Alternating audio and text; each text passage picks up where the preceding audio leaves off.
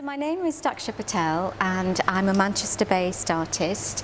My practice explores the ways in which science and technology measures, visualises and maps the world around us. So mapping is an ongoing theme in my practice, and not only mapping of the environment but also mapping of the internal body. I work across a variety of media, so animation, photography, printmaking, but the process of drawing remains at the heart of my practice. So Pani is the word for water in many South Asian languages, so in Hindi, Marathi, Urdu, Punjabi.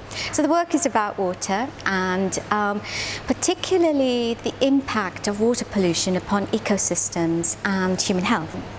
So the idea for the work evolved as I was doing initially some online research looking at maps of ecosystems. Now they're maps produced by statistics, so data about different types of habitat, for instance. And I was conscious as I was looking at them that water flows across boundaries. It doesn't recognise them and carries with it sediments and pollutants from one region to another. So water is a shared resource and as such can be a highly contested resource. I was also thinking about the cultural meanings associated with water, so it can symbolise purification and play an important role in rituals and acts of worship. The idea of holy water is found in countries across the world, and particularly in South Asia, rivers themselves can be considered to be sacred. And yet, rivers and the sea are routinely contaminated, so we have a complex relationship with water. So the anthropology collections at the Horniman have informed and inspired the final work. I think the Horniman has a very rich collection of South Asian artifacts.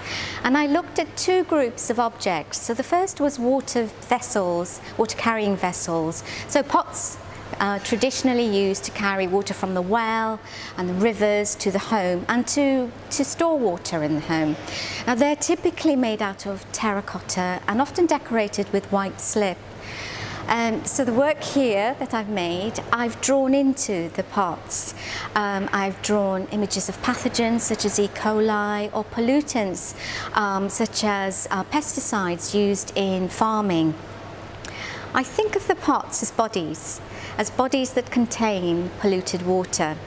So the work here, all the pots here are deformed in some way. They have little cracks or bulges or are misshapen.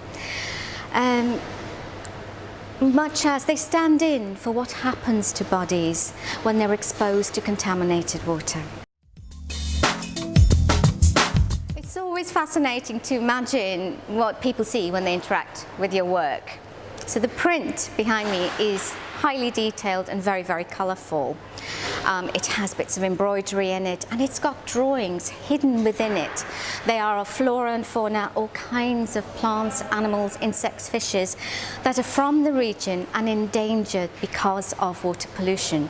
But you have to look very hard to find them. So this type of looking where you're searching for images draws you in very closely, and perhaps this might lead the viewer to imagine and to think about what it would be like if these animals and plants actually did disappear from the landscape.